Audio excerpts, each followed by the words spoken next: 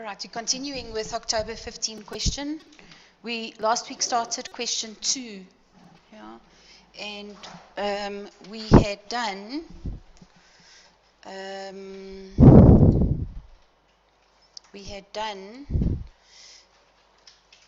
a couple of the requireds. We had done required A and B.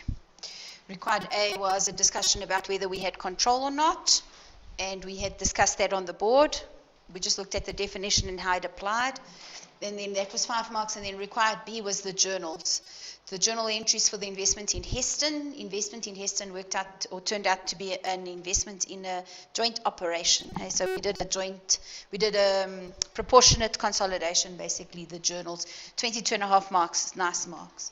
And then today we've got the rest to do. We've got to do the asset section of the statement of financial position for Jamie Group for 18 marks, and we've got to do the NCI column only of the consolidated statement of changes in equity. So what I need you to do is set that up. With the NCI column, comparative figures are not required, so you're going to just start with beginning of year and move down. With the asset section, you're going to go from the information in the question to understand what assets there are. So this is the statements that were given. So this is pretty much the asset section, this piece here. Yeah. So what we know from last week when we were looking at the question is that there's this company called Jamie. It owns an investment in Gordon, which is a subsidiary, and it has an investment in Heston, which is a joint operation. So we're doing a financial position. So for financial position, we don't even need to worry about pieces of a year because we're just worried about year end. So we know that when we putting these numbers in, we're going to say parent plus sub plus percentage of the joint operation, isn't it? So that's what you're going to do for a start. Then we have already done the work on the joint op. So I don't think there was any goodwill there because we acquired when they first started up, wasn't it? Or was there? But there was a bit of goodwill. Okay, so the numbers that aren't here that need to go in obviously are goodwill only usually. I can't think of anything else. What we hadn't done last week is we hadn't looked at this investment in this subsidiary at all. We'd only looked at the investment in the joint op. So when we look at the investment in the subsidiary, we had acquired 45% of the shares for a cash consideration on this date.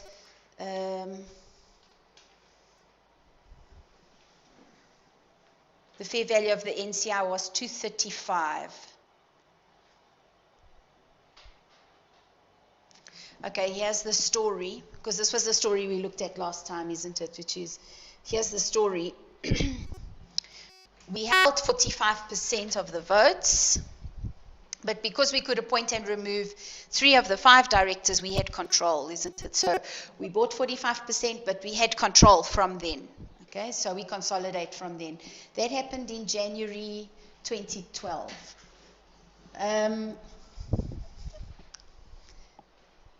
Nothing changed, eh? There was no change in ownership. Nothing at all. Since acquisition date, there was some intercompany transactions there. There were some on-act adjustments to assets. There were some intercompany transactions. Then Heston we had through last time. Since acquisition, they sold inventory. We had already done all the calcs for that, so you can just, from your journals, do your postings. Other information, the Jamie Group elected to measure NCI at full goodwill method. The goodwill in Gordon was tested for impairment. As at year end, it was determined to be impaired by 5. So whatever number we get for goodwill, we have to reduce by 5. All the entries in the group measure investments at fair value through OCI. So here's all the OCI adjustments. But the OCI adjustments, I don't know, not really going to have an impact unless we have a deferred tax asset.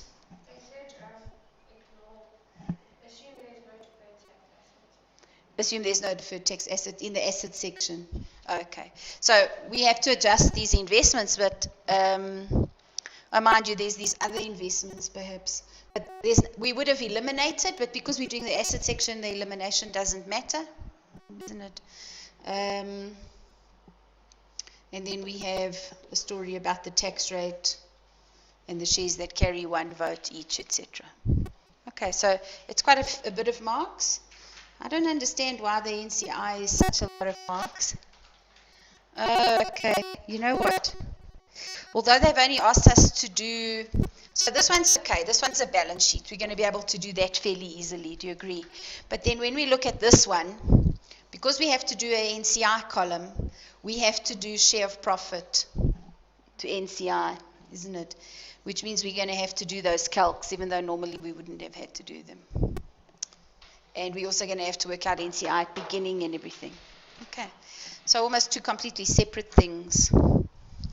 Right, so let's see, we should be able to do that in the time allocated. It's 36 marks about, 36 marks.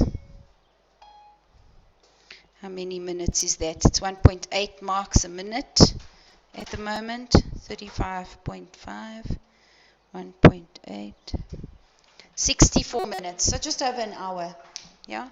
So the time now is 1:45, so just over an hour's time. We'll see where we are. Okay, right. I'm going to work in Excel. Sorry, I'm busy trying to figure out my month with all the crash courses and the catch-ups. Okay, let's have a look. Let me zoom it so that I'm going to just look at it in Excel so that we can make changes if there's anything that needs to be changed. All right, so we were asked to do a SFP first, right? So SFP, what I did as a start is I just took parent plus sub plus 50% of the joint op, and I did that for PPE, for investments, for inventory, for receivables, for cash. I left out the investment in Gordon. That was the only thing that I left out, right? Because that would reverse. Okay, then I did the analysis for Gordon. I landed up with goodwill of 7527. Is that what you landed up with? 7527. Basically, the only adjustment was the building. So share cap RE mark to market on acquisition equity, plus the building less the deferred tax. The building was use, so it was 28%. NCI, we were given at fair value of 235.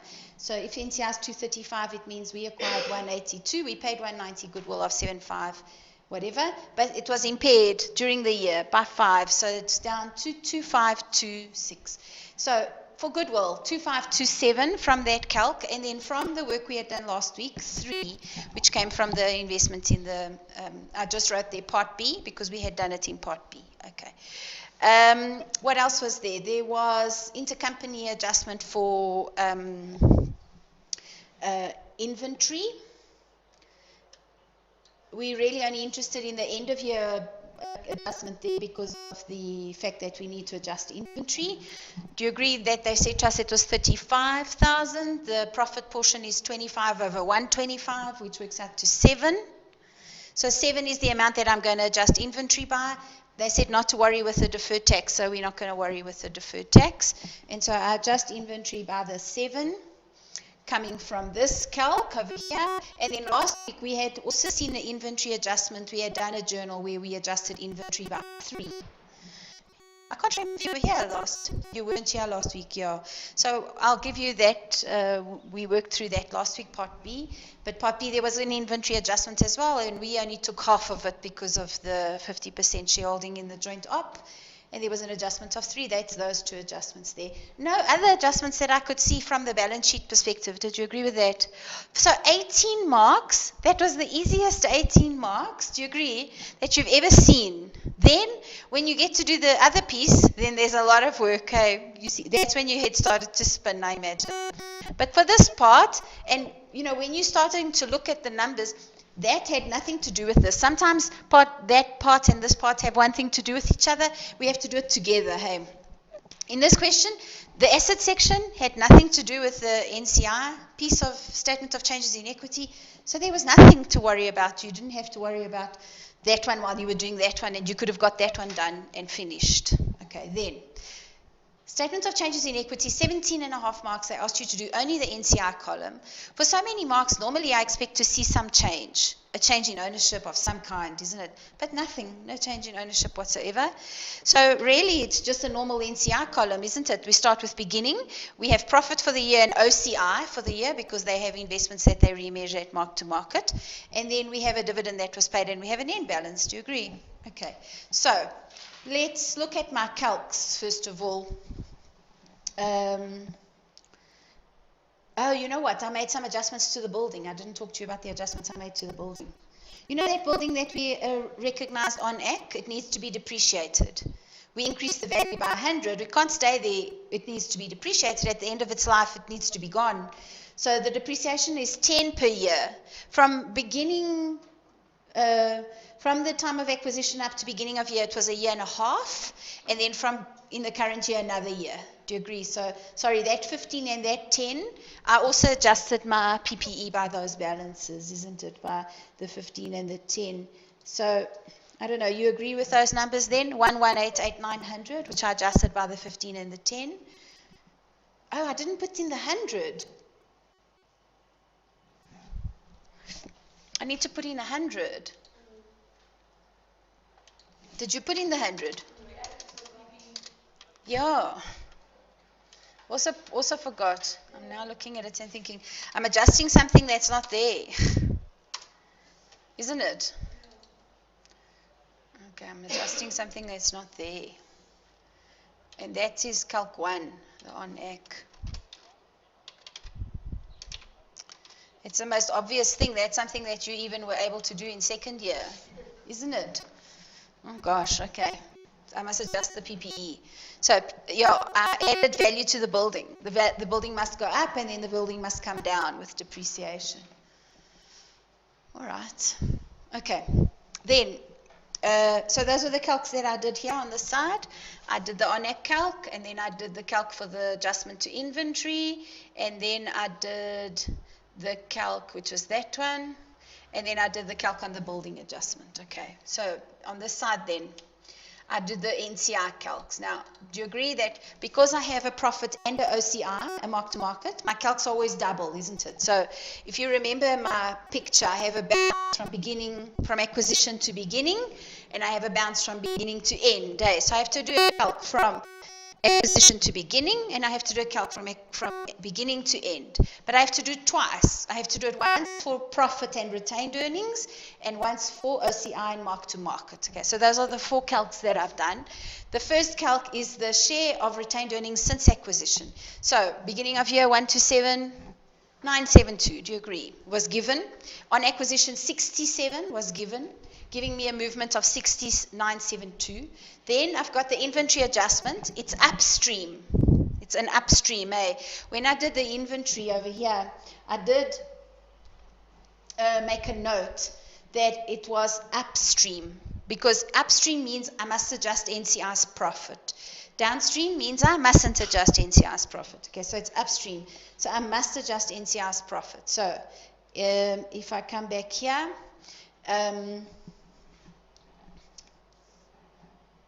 inventory adjustment beginning of year, 8640 after tax. Yeah? Do you agree? Inventory adjustment beginning of year was a profit of 12. Yeah, on inventory of, so 12 after tax, 12 times 72% is 8640. 12 times 72%, 8640. Then I also must make the depreciation adjustment. The since acquisition depreciation adjustment was 15. I must make it an after-tax depreciation adjustment. And so that adjustment is 10,800. Remember, when I'm working with NCI, it's all after tax. Both of those will reduce the profit. Depreciation is depreciation I'm putting in. Inventory adjustment is going to move out of there and into current year. So that both of those affect the profit, giving me 41532 NCI percentage 22,843. Did you agree with that? 20. Okay, then NCI share of mark-to-market. We had to do a calc of what the market-to-market was at beginning of year. In retrospect, the way I did it was actually the wrong way. Not wrong, the long way.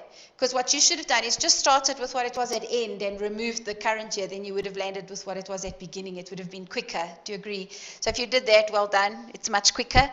On the financial position, they had a balance at end. They also gave you what the OCI movement was, so you could work backwards. But anyway, you should have worked backwards to the fact that mark-to-market beginning of year was 34,168.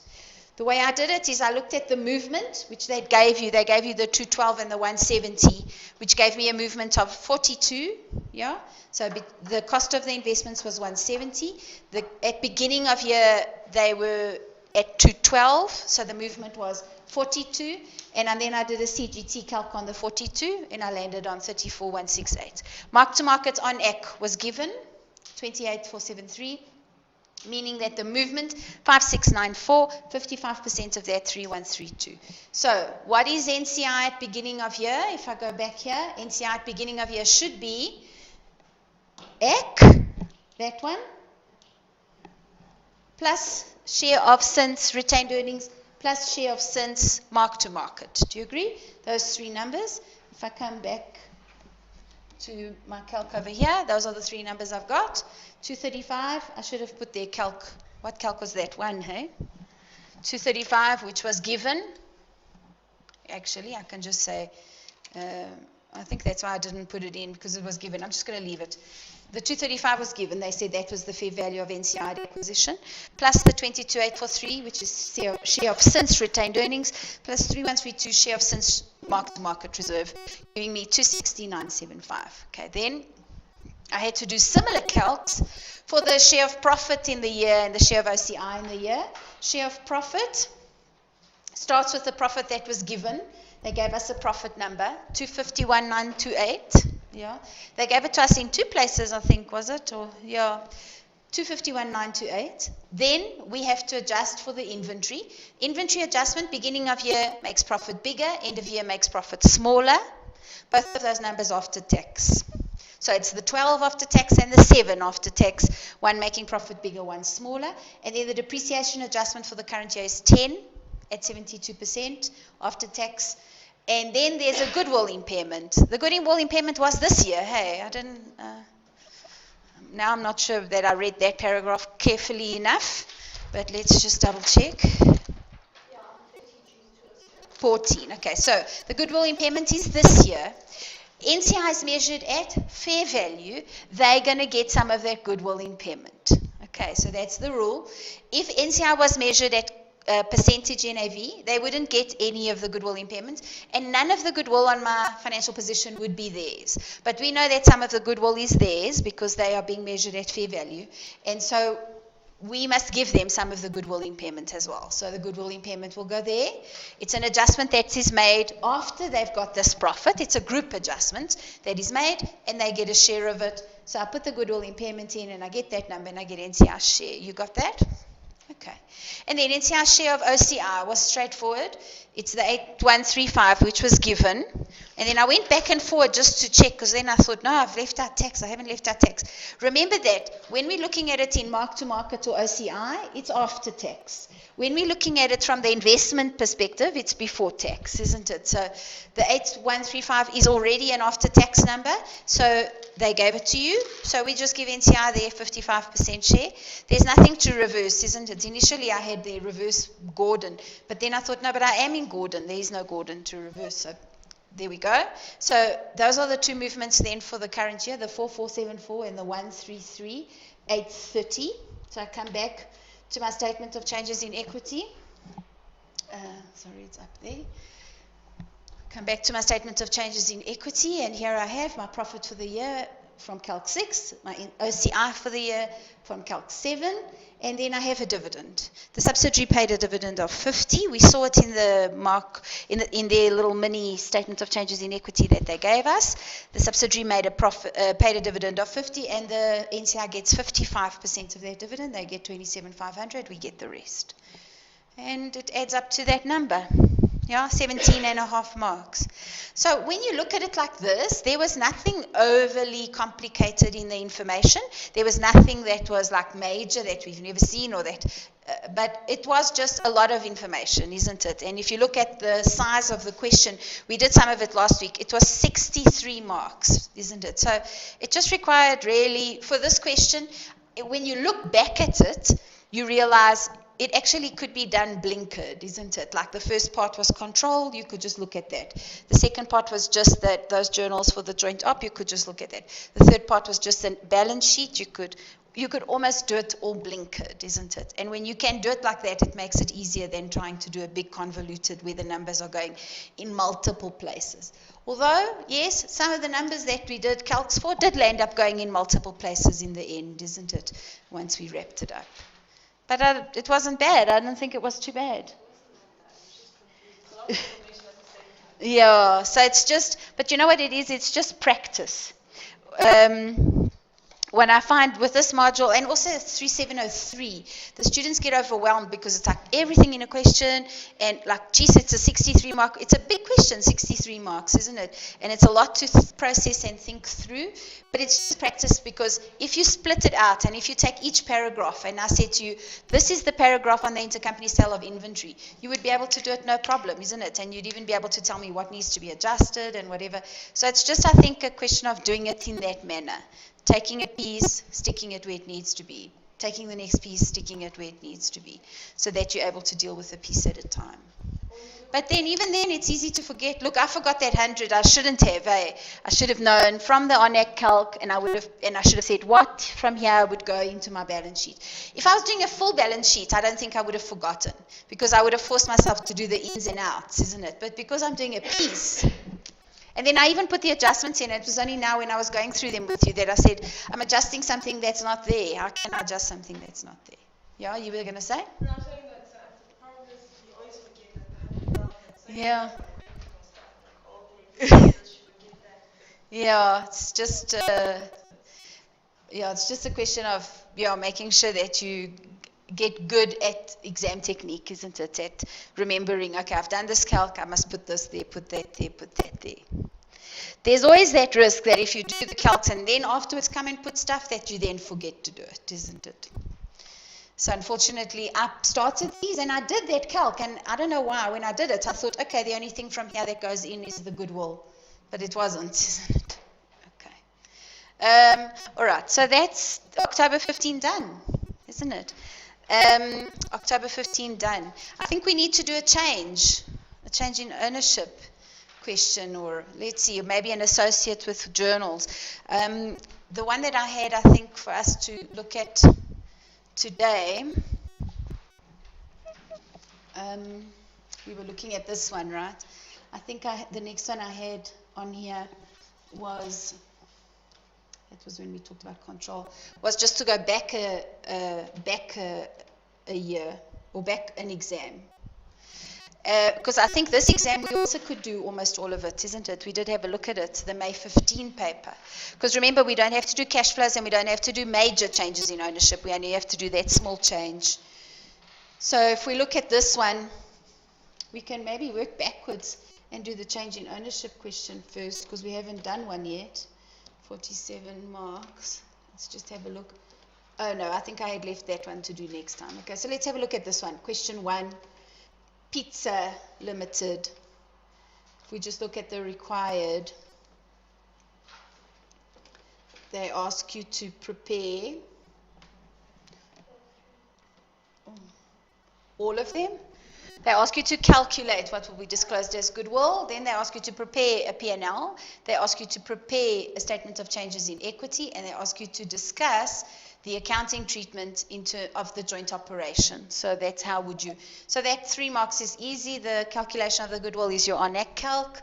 And then in this one, we've been asked to do a P&L and a statement of changes in equity. Let's just have a look at what our group structure looks like that we're working with. So at this stage, you could set that up, isn't it? It doesn't look like it's anything major. You would be able to set up, leave half a page for that calc, for the goodwill, then prepare your P&L and statement in equity, and then a little piece just to discuss that joint op. Let's just have a look at the group structure. I always like to look at the group structure. Oh, it's a vertical. It's a vertical. Okay. So we have Pizza, who owns spaghetti, and Spaghetti, who owns risotto. And then Pizza.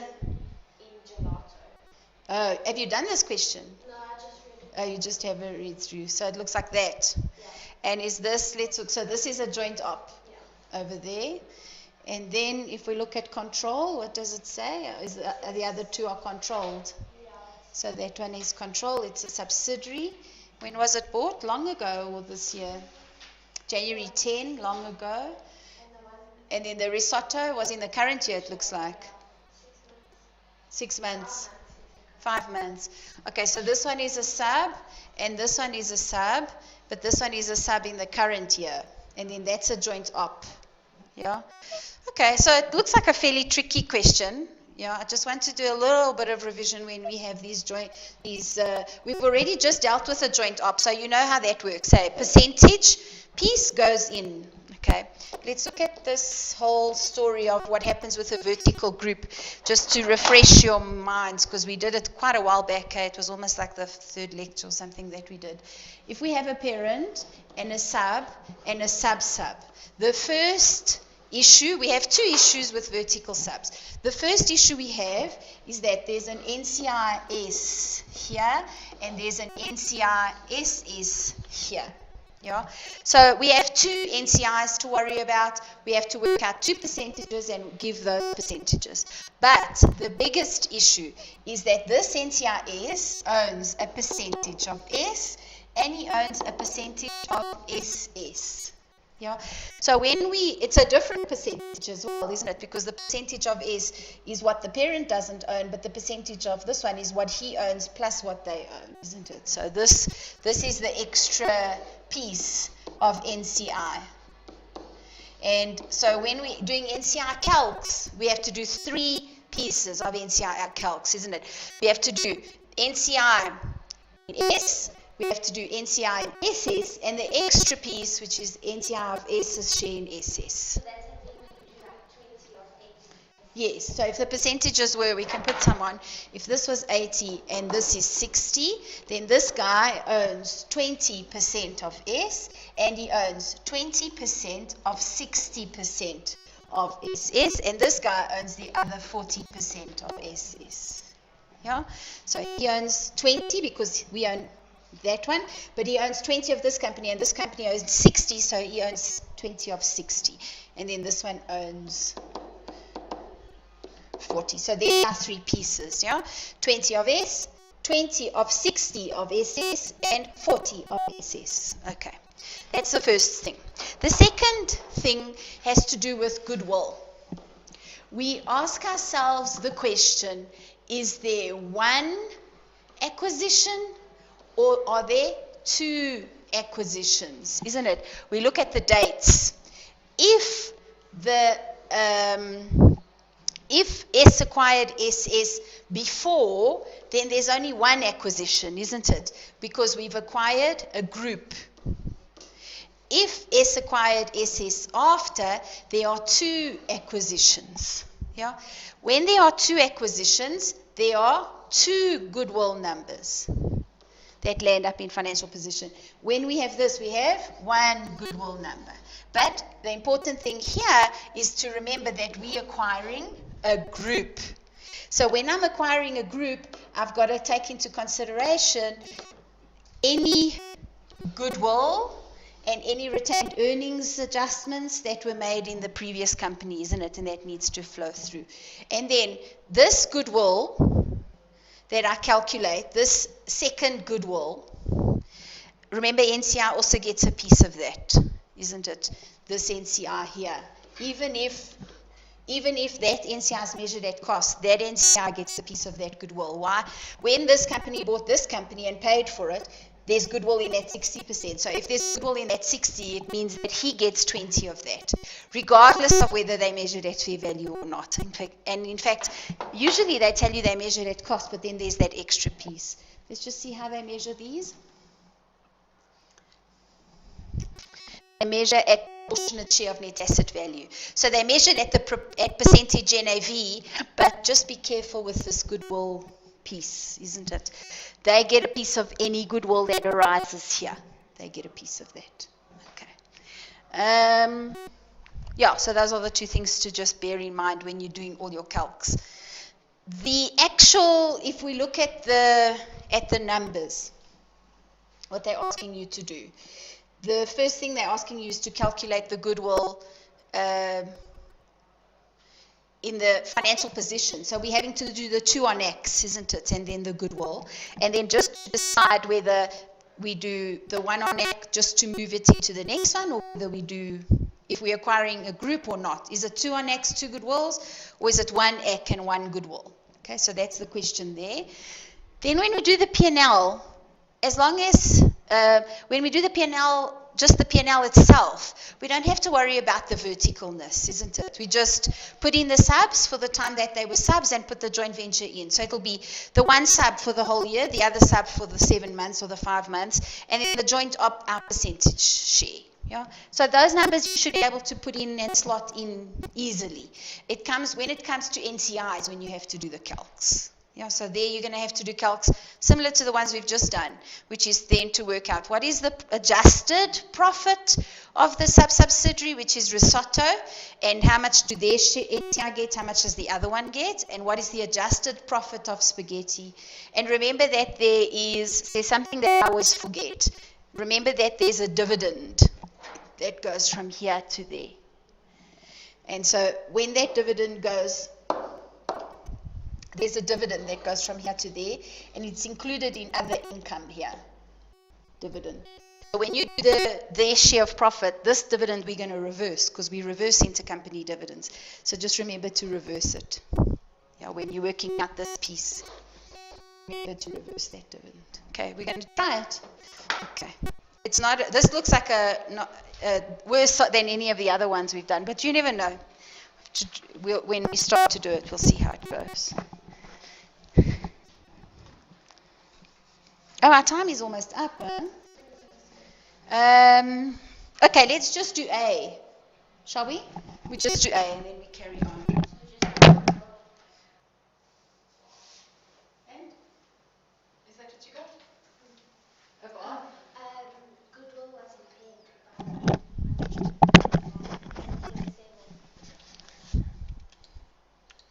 impaired. Where does it say? I meant to look for that and then. The pizza.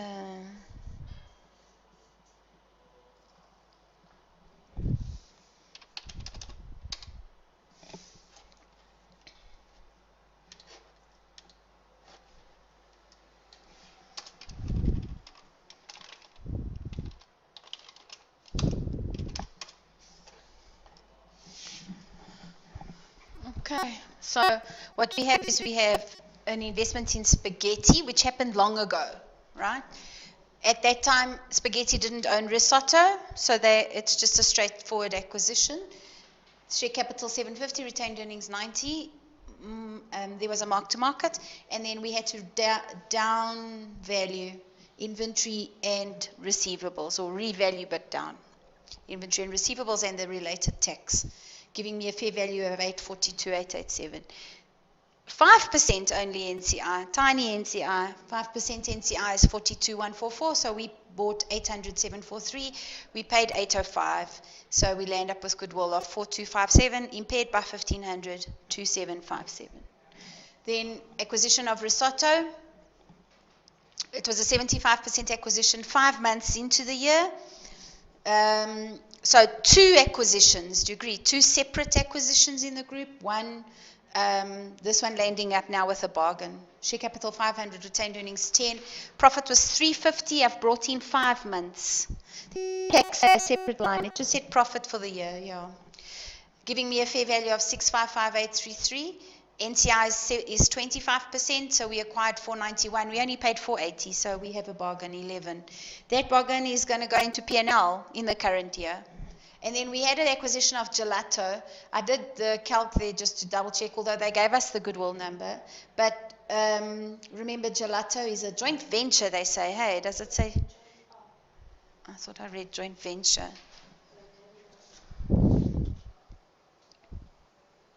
Joint venture, yeah.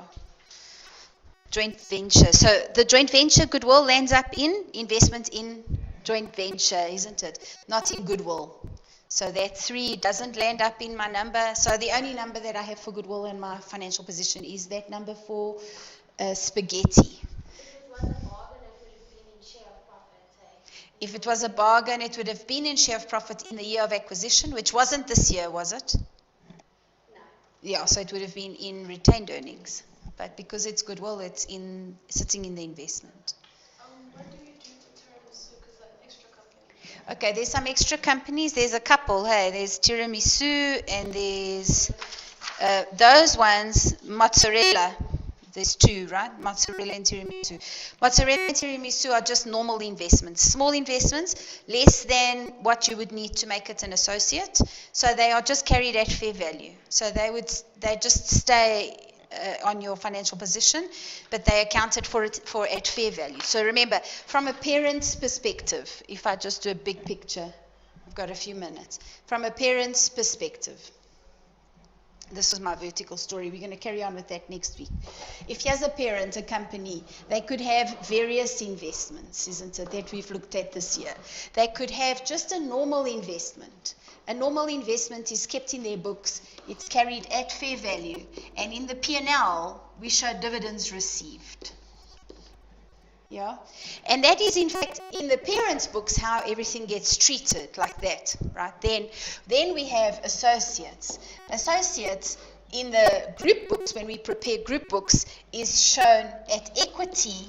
We do equity accounting, isn't it? And then we show profit, share of profit in our P&L. So that's why what we do is we reverse this. We reverse this. And we put in this and we put in this, isn't it? That's what we're doing. Then we have the joint op. The joint op, we put percentage consolidation, and we percentage consolidate there as well. So with a joint op, we also do that. We reverse that, and then we percentage consolidate it. And this we do through a journal entry, isn't it? And this also we do through a journal entry. Yeah? Then we have a joint venture. A joint venture is exactly the same as an associate. We also do it at equity, and we do percentage share of profit, which is it's equity accounted. And then we have the last one, which is the subsidiary. And the subsidiary we consolidate, and we consolidate. And we consolidate 100%. It doesn't matter how much we own, we consolidate 100%. And then what we do is we give NCI their share of that, and we give NCI their share of that. Yeah. So when we're looking at this question, we have one of these, and we have 2 of those. And we have 3 bits of NCI because it's vertical. And then we also have some of these.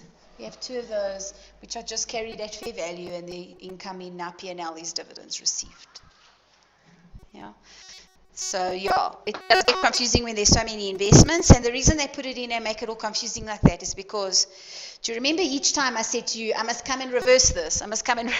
So for all of our investments, the ones that we have that we're going to account for differently, which in this case is spaghetti and risotto and gelato, we have to go and reverse these, right? But for the other 2, the mozzarella and the tiramisu, we're not going to reverse those. We're going to leave them in, because that is how we account for those investments. We account for them at fair value. And so the movements in fair value go through P&L, and so do the dividends received go to P&L. All right, so last semester, I think I just had a couple of students who didn't bother to come, I think, to the revision lectures. So I don't have a solution for this, May. It's not in your... Yeah, in there. And in the My UNISA stuff also not, because I just checked. So it's fine. We'll work through it. We've got time. Because we still have next week, and then we have Friday. Hey, we said we were going to meet Friday. Because you've got an auditing lecture on Thursdays, hey, because we were looking at when we've got time.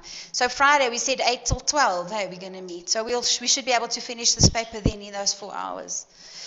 So we've got this question to finish, which is a vertical, which is nice because we didn't practice verticals in October. And then the next question is a change in ownership question, which we also didn't practice when we did October.